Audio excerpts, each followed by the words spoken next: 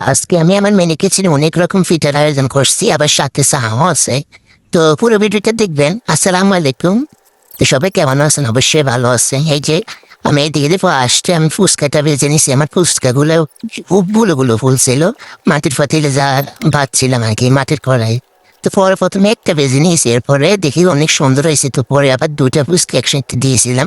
এরপর আগেরটা আবার একসাথে দিয়ে ভিডিও করে নিলাম আর কি। তো এদিকে যে আমার মাটির চুলাতে তেমন আগুন জ্বলতেছিল না, তো এটা হয়েছে একটা দুধের ফটোটারে কাটি এখন আমি এই যে এটার মধ্যে রান্না করি। এটার মধ্যে অনেক সুন্দর আগুন জ্বলে, বাট অনেক টাইম থাকে আগুনটা, ঠিক আছে। এই যে এটার মধ্যে আবার লাড়কি দিয়ে আগুন দেওয়া যায়, আবার কেরোসিন দিয়ে আগুন দেওয়া যায়। তো আমি টুনুভাবে রান্না করি, আপনারা ট্রাই করতে পারেন। তো এদিকে আমি এদিকে ফুয়া পিঠা বানাই নিতেছিলাম। তো ফুয়া পিঠার আটাটা করে নিছি, আগে করে রাখছিলাম। তো ফুয়া পিঠাগুলো অনেক সুন্দর হয়েছে দেখতে পাচ্ছেন। তো আবার এই একটু বুন দিয়েও বেজে নিলাম আর কি। তো সব কিছু একটু একটু করছি, বাট টাইম লাগছে অনেক টাইম। গফায় 2-3 ঘন্টার মধ্যে ভিডিও করছি, আর এখানে আমি 3 মিনিটের ভিডিওটা দিয়ে দিলাম পুরো ভিডিও।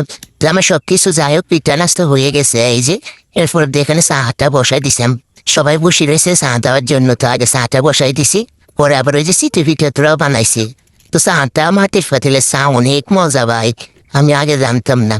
আমার কাছে এত ভালো লাগছিল। এদিকে দিয়ে আমি দুধ দিয়ে সবকিছু একটু পাউডারও দিলাম, গুড় দিলাম। তো আজকাল ভিডিওর মধ্যে মানুষে কমেন্ট করে কি ভাই আপনি কি গরিব, আপনি এত ছোট ছোট হাঁড়ি পাতিলে রান্না করেন। তো গরিবেরা কি শুধু ছোট ছোট হাঁড়ি পাতিলে রান্না করে?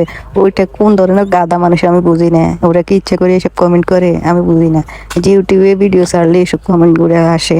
তো ইনশাল্লাহ আমার ইউটিউবে আলহামদুলিল্লাহ ভালো ভিউ হয়, বাট ফেসবুকে তেমন ভিউজ আসে না আর কি। অথচ ফেসবুক নিয়ে অনেক কষ্ট করি। তো এই যে এদিকে দিয়ে কথা বলতে বলতে আমার চাটাও হয়ে আসছিল।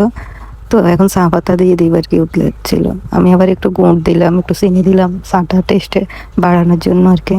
তো ভালো করে নেড়ে ছেড়ে দিয়ে এদিকে দিয়ে আর কি সব করে দিব। তো চাটা এখন সবগুলাই পড়ে গেছে, অল্প একটু রয়েছিল। বা কিছু করার নেই, কি করবো বলেন। তো এদিকে দিয়ে আমি আবার ওই যে আমার চিতু পিঠা বানাবো ওটার ডোটা করে নিছিলাম। তো এখন চিতু পিঠা বানানোর জন্য এই যে তাপা বসাই দিছি আর কি। তো এদিকে রান্না করব।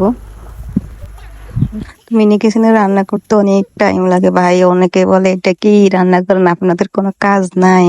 কাজ নাই, এটা তো আমাদের একটা জব বলতে পারেন, এখান থেকে ইনকাম করা। বাট আমি তো এখন ইনকাম করতে পারি না, কি বলবো আর। তো আমি ওই যে সিতু পিঠে অনেকে বলছেন একবার ভিডিও শর্ট ভিডিও দিছেন, এটার কালার এমন কেন, এটার সাথে আমি একটু গুড় দিছিলাম। তো গুড়ের কারণে কালারটা এমন আসছিল এই আর কি। তো আমার ভিডিওগুলো কেমন লাগে অবশ্যই বলবেন।